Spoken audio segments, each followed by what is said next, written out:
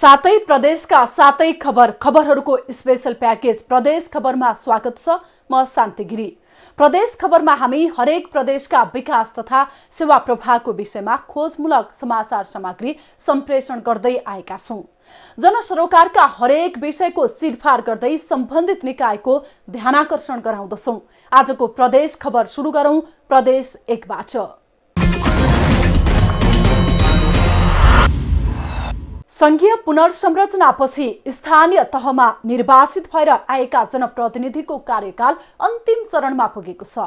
संघीयता कार्यान्वयन अनुसार स्थानीय तह मार्फत जनताका आवश्यकता पूरा गर्ने, विकासको अनुभूति गराउने मुख्य एजेन्डा बोकेर आएका जनप्रतिनिधिले धेर थोर भए पनि स्थानीय सरकारको अनुभूति गराउन सफल भएका छन्। त्यसैको एक उदाहरण मान्न सकिन्छ उदयपुरको रौतामाई गाउँपालिका।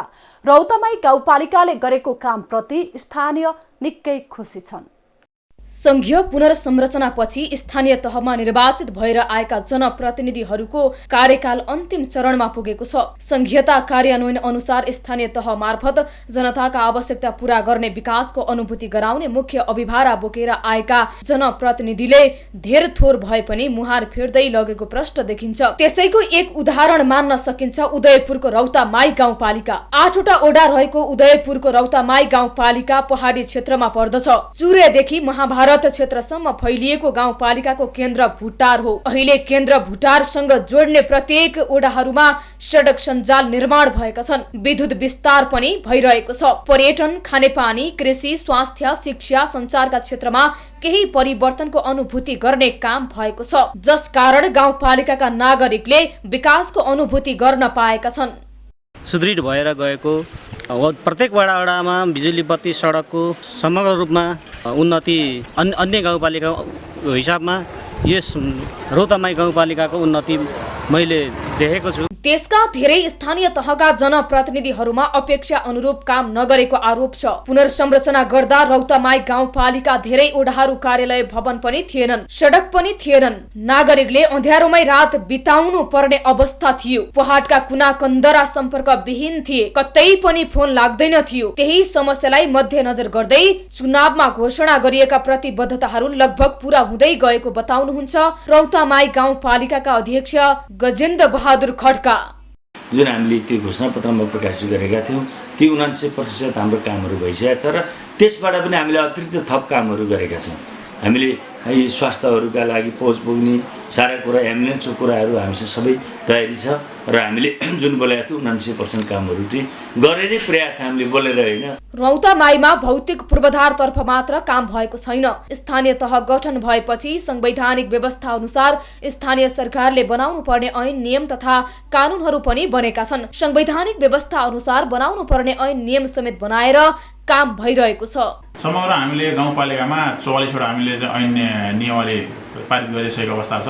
त्यसै गरी हामी क्षेत्रमा अस्ति अब अलिकति हाम्रो संविधानले 22 वटा चाहिँ एकल अधिकार सूचीहरू छ। त्यसमध्येमा अब नगर प्रहरी ऐन हामीले ल्याइसकेका छौँ। सहकारी संस्थाहरूलाई नियमन गर्नलाई हामीले सहकारी संस्था सम्बन्धी ऐन आइसकेको छ। शिक्षाको क्षेत्रमा गर्ने शिक्षा ऐन नियमले पनि हामीले जारी गरेको अवस्था छ। विगतमा कतिपय गाउँपालिकाहरू यातायात सुविधाबाट वञ्चित थिए। पछिल्लो समय गाउँपालिकाले निर्माण गरेका सडकहरू बर्खामा हिलाम्मे र हिउँदमा धुलाम्मे छन्। तर पनि ती सडकले जनतामा यातायातको अनुभूति दिलाएको प्रश्न छ, जस कारणले पनि जनताले संघीयताको अनुभूति गरेका छन्। टिभी टुडे एसडी टेलिभिजन प्रदेश 1 ब्युरोको सहयोगमा उदयपुर सहकर्मी विदुर कटुवालको रिपोर्ट।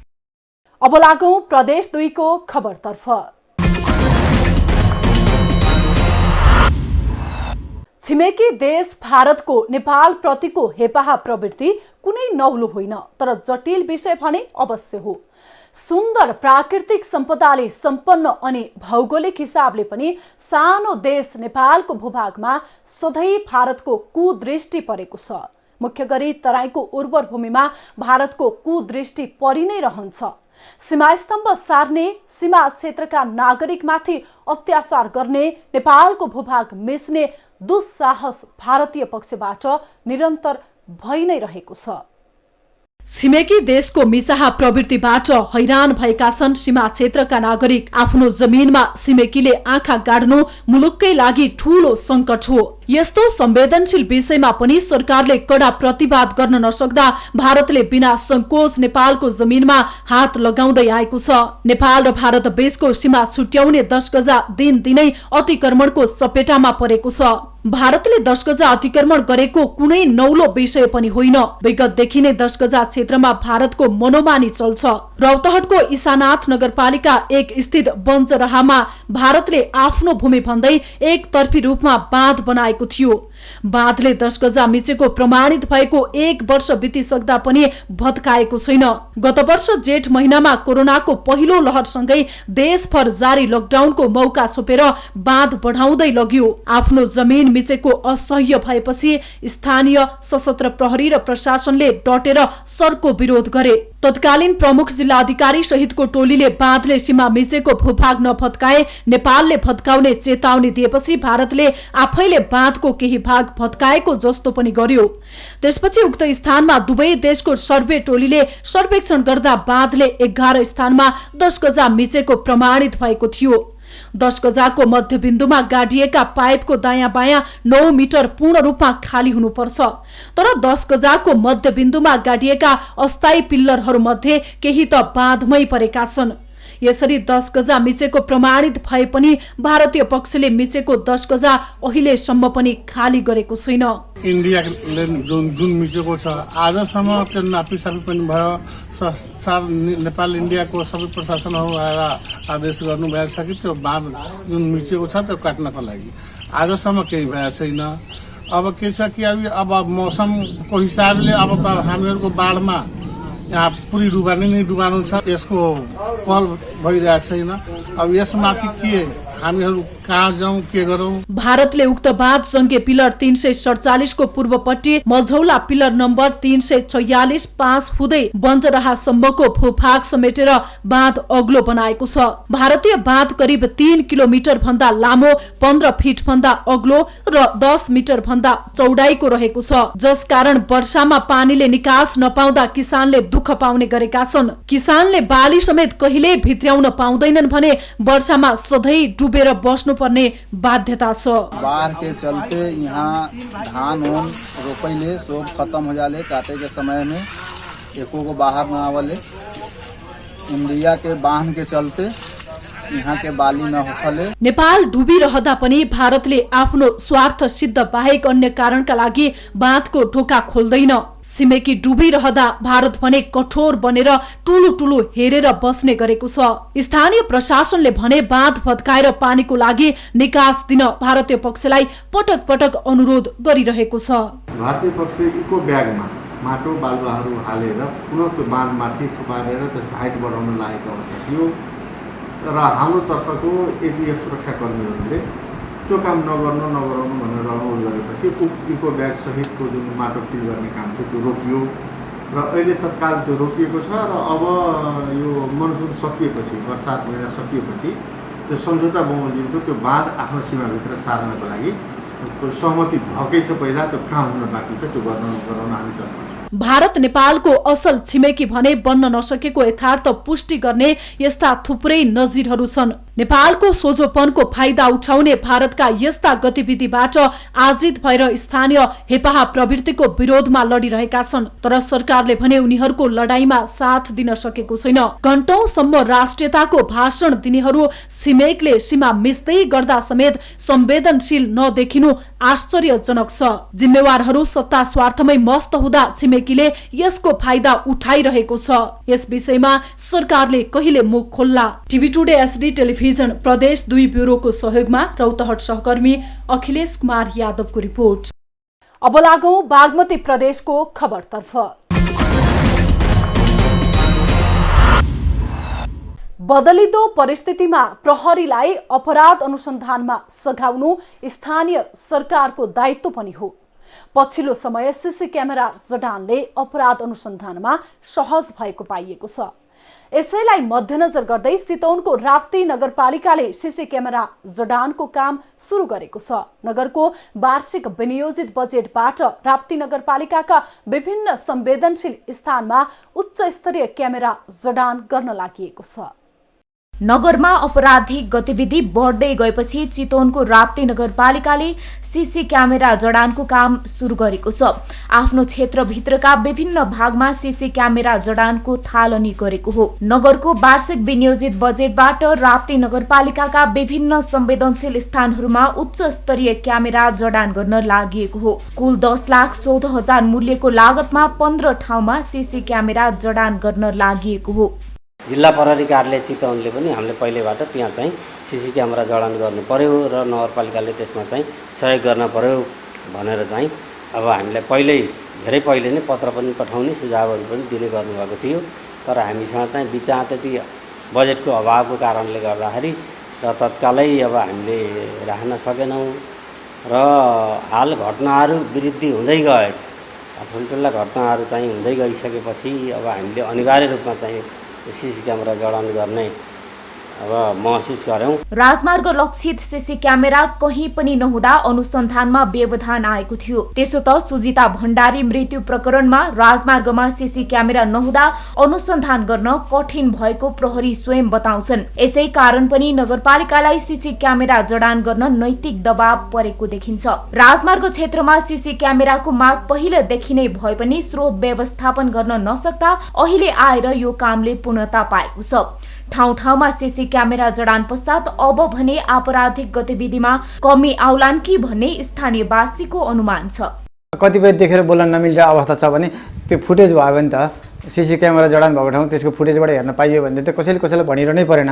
अनि फलानले भनेको भनेर कसैले कोही माथि आरोप लगाउनु पनि परेन। त्यसले गर्दाखेरि यो अहिलेको समय सापेक्ष हामी चल्नुपर्छ। नगरको पूर्वतर्फको नाका चितवन प्रवेश गर्ने नाका पनि हो। करिब 14 किलोमिटर राजमार्ग यसै नगरपालिका भित्र पर्छ। सडकको दुरावस्थाका साथै विविध कारणले यस राजमार्गमा सडक दुर्घटनाबाट ज्यान गुमाउनेहरू पनि धेरै छन्। राजमार्ग लक्षित उच्च स्तरीय सीसी क्यामेरा जडान कार्यले सवारी दुर्घटनाका साथै अपराध अनुसन्धानमा प्रहरीलाई सहयोग पुग्ने बताइएको छ। अझ नगर प्रवेशको दुवै नाकामा सवारी नम्बर रिड गर्ने सीसी क्यामेरा जडान गरिएकाले ठक्कर दिएर भाग्ने सवारी पहिचान गर्न सहज हुने बताइएको छ। हाइवेलाई नै लक्षित गरेर राखेको, बजारलाई नै लक्षित गरेर राखेको सीसीटीभी फुटेजले चाहिँ हामीलाई निश्चय नै गल्ती कसको हो, दोष कसको हो, अपराधीहरू कताबाट कता भागेका थिए र अब शङ्कास्पद हरकतहरू हेर्नको लागि पनि हामीलाई यसले मद्दत गर्ने हुनाले वैज्ञानिक हिसाबले अथवा टेक्नोलोजिकल हिसाबले पनि हामीले अपराध अनुसन्धानलाई एउटा थप ऊर्जा यस सीसीटीभी फुटेजले चाहिँ हामीलाई प्रदान गर्ने एउटा विश्वास चाहिँ राखेको छ। सीसी क्यामेरा जडानले आपराधिक क्रियाकलापमा कमी आई नागरिकमा शान्ति सुरक्षा कायम हुने विश्वास छ। बदलिदो परिस्थितिमा प्रहरीलाई अपराध अनुसन्धानमा सघाउनु जनप्रतिनिधिको पनि दायित्व हो। जनप्रतिनिधिहरूले विकास मात्र होइन नगरको सुरक्षामा पनि ध्यान दिनु जरुरी छ। TV today, SD television, Bagmati प्रदेश ब्युरोको सहयोगमा चितवन सहकर्मी दिलीप डल्लाकोटीको रिपोर्ट। अब लागौं गण्डकी प्रदेशको खबरतर्फ। कोरोनाका कारण सबै विद्यालय ठप्प छन्। अधिकांश विद्यालयले वैकल्पिक शिक्षण विधिलाई अवलम्बन गरेका छन्। तर यो विधि शहरी क्षेत्रमा प्रभावकारी भए पनि ग्रामीण क्षेत्रका विद्यार्थीहरू लाभान्वित हुन सकेका छैनन्। यही समस्यालाई मध्यनजर गर्दै स्याङ्जाको वालिङ नगरपालिकाले विद्यार्थीका घर घरमा निशुल्क इन्टरनेट जडान गर्ने अभियान नै थालेको छ।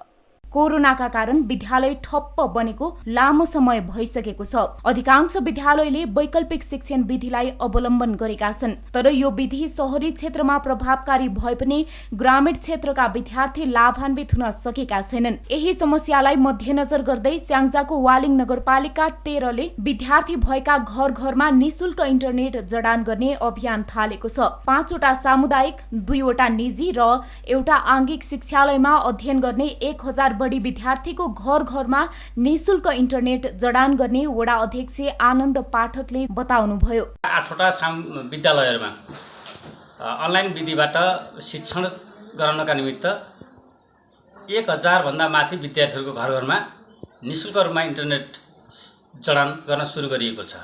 त्यसबाट विद्यार्थीहरू लाभान्वित हुनुहुनेछ। यो कोभिडको महामारीबाट जुन आक्रान्त विद्यार्थीहरूको भविष्य उज्जवल हुनेछ। वडा कार्यालयले शिक्षकलाई पनि प्रविधि मैत्री बनाउन अनलाइन शिक्षण विधिको तालिम प्रदान गरेको छ। 8 विद्यालयका शिक्षकलाई क्षमता अभिवृद्धि गर्न तालिम प्रदान गरिएको हो। यस्तै 65 जना शिक्षकलाई 1 शिक्षक 1 ल्यापटपको अवधारणा अघि सारिएको छ। हामी आजैको मितिबाट चाहिँ शिक्षकहरूलाई चाहिँ यो अनलाइन शिक्षणको लागि चाहिँ तालिम चाहिँ आजैबाट सञ्चालन गरेका छौँ र आगामी दिनमा चाहिँ 1 शिक्षक 1 ल्यापटप दिएर अनि शिक्षकहरूले चाहिँ पाठ्यक्रमलाई चाहिँ के कसरी चाहिँ बनाउने उहाँहरूले आफ्नै तरिकाबाट बनाउने गरी हामी योजना गरेका छौँ। लामो समयसम्म किताब नहुँदा विद्यार्थी मर्कामा परेका थिए, तर अहिले विद्यार्थीका लागि अनलाइन कक्षा सुरु गरेपछि अभिभावक हर्षित बनेका छन्। हाम्रो घरमा वडा कार्यालयले नेट जोडिदिनु भयो, धेरै धन्यवाद। राम्रोसँग हाम्रो बच्चाहरूले पढ्न पाउने भए, सुरक्षितका साथ, कोरोनाको डर भएन आफ्नो घरमा। वडाले इन्टरनेट प्रदायक संस्था स्याङ्जा मिडियासँग समन्वय गरेको छ। इन्टरनेट प्रदायक संस्थासँगको समन्वयमा विद्यार्थीको घर घरमा इन्टरनेटको सुविधा पुग्न थालेको छ, जसले ठप्प शैक्षिक गतिविधि सुचारू गर्न सहयोग पुग्ने देखिन्छ। यसका साथै घर घरमा निशुल्क जडान गरिएको इन्टरनेटको सही सदुपयोग हुन पनि आवश्यक देखिन्छ। TV today, SD television, Gandaki प्रदेश ब्युरोको सहयोगमा स्याङ्जा सहकर्मी सुदीप सुवेदीको रिपोर्ट। अब लागौं लुम्बिनी प्रदेशको खबरतर्फ। नयाँ आर्थिक वर्ष 2078-79 सुरु भएको छ। आर्थिक वर्ष 2078-79 को लागि तीनै तहका सरकारले नीति, कार्यक्रम र बजेट समेत प्रस्तुत गरिसकेका छन्। कपिलवस्तुको यशोधरा गाउँपालिकाले 2078-79 का लागि गाउँसभाबाट 52 करोड 80 लाख 88 हजार रुपैयाँको बजेट विनियोजन गर्यो। कोरोना महामारीबाट आक्रान्त बनेका नागरिकका लागि विशेष योजना आगामी बजेटमा समावेश गरेको छ। गाउँपालिका महत्वाकांक्षी योजना र लक्ष्यका साथ समृद्धिको अभियानमा रहेको छ। कोरोना महामारीबाट प्रभावित बनेको यशोधरा गाउँपालिकाले 7औं गाउँसभाबाट बजेट विनियोजन गरेको छ। महामारीले प्रताडित भएका परिवारलाई लक्षित गरी बजेट ल्याएको छ। भारतमा काम गर्ने नेपाली मजदुरलाई विशेष किसिमको योजना ल्याएको गाउँपालिकाले जनाएको छ। गाउँपालिकाले शिक्षा, स्वास्थ्य, खानेपानी तथा सरसफाई, पशु, कृषि, प्रवर्धनात्मक कार्यक्रम, भौतिक पूर्वाधार विकास, संस्थागत सहयोग तथा क्षमता विकास, पर्यटन प्रवर्धन विकास, धार्मिक तथा सांस्कृतिक धरोहर संरक्षण सम्वर्धन, पुँजीगत तथा निरन्तर योजना भुक्तानी र सामाजिक सुरक्षा क्षेत्रमा चालू र पुँजीगत बजेट प्रस्तुत गरेको छ। गाउँपालिकालाई नमुना बनाउन खुद्रे र मसिना योजनाले नसकिने हुँदा योजना छनौटमा बढी ध्यान गएको जनप्रतिनिधिको भनाइ छ। कुछ काम अधूरा रहेगा, अधूरा होगा, आओ वाले दिन कैसे पूरा करा जाए, सबके सहयोग की जरूरत। जैसे वार्ड नंबर 3 में एक नाला है, उसके लिए DPR। गाउँपालिका महत्वाकांक्षी योजना र लक्ष्यका साथ समृद्धिको अभियानमा रहेको छ। जनप्रतिनिधिहरूको साझा सहभागितामा योजनाहरू निर्माण गरिएको भन्दै गाउँपालिकालाई नमुना बनाउने गरी काम गर्न सबैलाई आग्रह गरिएको छ। त्यसको जुन अनुगमन राम्रोसँग हुनुपर्छ। यहाँ ठेक्का लिए, काम लिए र गर्दाखेरि जुन गुणस्तरको काम हुनुपर्छ त्यो भइराखेको छैन, त्योमा पाइराखेको छैन, देखिराखेको छैन। किनभने त्यसबाट हाम्रो जुन विकासको गति अरू छन् जुन अगाडि बढ्छ। भौतिक पूर्वाधार विकास निर्माणका कामको गुणस्तर सुधारका लागि कडा अनुगमन गर्नुपर्ने विषयलाई पनि विशेष जोड दिएको छ। त्यसैगरी शिक्षा, कृषि, पशु लगायतको क्षेत्रमा हामीले चालू 77-78 औसतमा लगभग 70% प्रगति गरेका छौँ। गाउँपालिकाले 2078-79 को 7औं गाउँसभाबाट 52 करोड 80 लाख 88 हजार रुपैयाँ बजेट विनियोजन गरेको छ। प्रस्तावित कार्यक्रमबाट यशोधरा गाउँपालिकाका कृषकका लागि साना सिँचाइका लागि नयाँ बोरिङ जडान कार्यलाई प्रोत्साहन गरिएको छ। TV today, SD television, Lumbini प्रदेश ब्युरोको सहयोगमा कपिलवस्तु सहकर्मी शम्भु मालीको रिपोर्ट। अब लागौं कर्णाली प्रदेशको खबरतर्फ। दैलेखको नारायण नगरपालिका वडा नम्बर 6 मा ठूलो दलित बस्ती रहेको छ। गत वर्षदेखिको कोभिड महामारीलाई मध्यनजर गर्दै जनताको नजिकको सरकार स्थानीय सरकारको हैसियतले नारायण नगरपालिकाको वडा नम्बर 6 ले दलित बस्ती र वरपरका अन्य समुदायमा विभिन्न रोजगारीका अवसर प्रदान गर्ने कार्यक्रमका साथ धेरै सहयोग गर्यो। तर नगरपालिकाले गरेको सहयोगको उपयोग गर्नबाट दलित बस्ती चुकेको छ। नारायण नगरपालिका 6 ले विपन्न र दलित वर्गलाई लक्षित आय आर्जन कार्यक्रम अन्तर्गत दलित बस्ती र वरपरका अन्य समुदायमा रोजगारका अवसर साथै सामान्य सहयोग गरेको छ। एभरेस्ट क्लब दैलेख संघको सहकार्यमा कोभिड रोकथामका लागि स्वास्थ्यका सामग्रीहरू, डस्टबिन, धारा, बाल्टी, साबुन समेत वितरण गरेको थियो। नगरपालिकाले दलित र विपन्न घर परिवारमा भैँसी वितरण, खसी बाख्रा वितरण, बङ्गुर वितरण र कुखुरा वितरण समेत गरेको थियो। अहिले ती सबै सहयोग बालुवामा पानी खन्याए झैं भएको छ। दलित परिवारमा वितरण गरेका भैँसी, बङ्गुर र कुखुराहरू उनीहरूले पाल्नुको साटोमा काटेर एकै दिनमा खाइदिएका छन्। उनीहरूले गाई भैँसी पालेर जीविकोपार्जन गर्न नसकिने भएकोले खासै त्यसबाट प्रभावकारी रूपमा लाभ लिन नसकेको भन्दै पुनः आफूहरूलाई ओडाबाट सहयोगको आशा रहेको बताइरहेका छन्। अब भैँसी पालन यसलाई कुँडो कसरी खुवाउने, 2 महिना दुध बेचेर उपलब्धि पनि केही नहुने, बहुउद्देश्यबाट दुधहरू 3 नम्बरबाट गइरहेछ। अहिलेसम्म हाम्रो 6 नम्बरमा 1 माना दुध छ कि भनेर पनि कोही आउनु भएन। ओडाले आफ्नो सदस्यज्यूले सबले मिलेर दिएको हुनाले मैले कुखुरा पाल्दाखेरि मेरो उन्नति गरिएर मैले आफूलाई खाना खर्च भयो। फेरि पनि केही दिएपछि सुविधा गर्नु भन्ने अझै पनि गरौँला भन्ने मेरो मनमै छ। यता नारायण नगरपालिकाले गरेको सहयोग र त्यसको उपलब्धिका बारेमा बेला बेलामा अनुगमन गर्दै आइरहेको छ। दलित समुदायको आर्थिक अवस्था सबल बनाउनका लागि समुदायमा विभिन्न कार्यक्रमहरू सञ्चालन गरेको भए पनि त्यसको प्रभावकारी उपयोग हुन नसकेको प्रति जनप्रतिनिधिहरू उदास भएका छन्। हामीले जति वडाबाट उपलब्ध हुन सक्ने जति हामीले दियौँ, यो पालेर तपाईहरुले यो बिक्री गरेर यो निरन्तर रूपमा व्यवसाय रूपमा यसलाई थप्दै अगाडि बढाउनुहोस् भनेर जुन हामीले एउटा उहाँलाई कन्भिन्स गरेर त्यो खालको सबै कुराहरू बुझाएर दिएका थियौँ। आज फिल्डमा आएर हेर्दा त्यो पाउन सकिएन। यो दुर्भाग्यवश यसरी सहयोगको पनि सही उपयोग गर्न नसक्दा लगानी पनि खेर गइरहेको छ। कोही अवसर नपाएर खुम्चिएका छन् भने कोही अवसर पाएर पनि त्यसको सही सदुपयोग गर्न अन्कनाइरहेका छन्। त्यसैले सही ठाउँमा लगानी गर्नतर्फ सम्बन्धित निकायको ध्यान जाओस्। TV today, HD television, Karnali प्रदेश ब्युरोको सहयोगमा दैलेख सहकर्मी दिपेन्द्र कार्की बास्ताकोटीको रिपोर्ट। खबरको अन्त्यमा लागौं सुदूरपश्चिम प्रदेशको खबरतर्फ। कैलालीको गोदावरी नगरपालिकाले झण्डै 1 करोड लगानी गरिसकेको कोल्ड स्टोर अलपत्र परेको छ। कोल्ड स्टोरको सञ्चालनका लागि नगरपालिकाले चासो नदेखाउँदा अलपत्र परेको हो। कोल्ड स्टोरको संरचना निर्माणका लागि नगरपालिका र कृषि बजार व्यवस्थापन समिति बीच सम्झौता पनि भएको थियो। सम्झौता अनुसार आर्थिक वर्ष 2075-76 को जेठ मसान्तमा कोल्ड स्टोरको संरचना निर्माण गरिसक्ने थियो। तर संरचना निर्माण भएको लामो समय बितिसक्दा पनि कोल्ड स्टोर सञ्चालनमा आउन सकेको छैन। कैलालीको गोदावरी नगरपालिकाले झण्डै 1 करोड लगानी गरिसकेको कोल्ड स्टोरको संरचना अलपत्र परेको छ। नगरपालिकाको वडा नम्बर 1 मा रहेको कृषि उपज थोक बजार अत्तरियामा निर्माण गरिएको कोल्ड स्टोरको सञ्चालनका लागि नगरपालिकाले चासो नदेखाउँदा अलपत्र परेको हो। कोल्ड स्टोरको संरचना निर्माणका लागि नगरपालिका र कृषि बजार व्यवस्थापन समिति बीच सम्झौता भएको थियो। सम्झौता अनुसार आर्थिक वर्ष 2075-76 को जेठ मसान्तमा कोल्ड स्टोरको संरचना निर्माण गरिएको थियो। तर संरचना निर्माण भएको लामो समय बितिसक्दा पनि कोल्ड स्टोर सञ्चालनमा आउन नसकेको हो।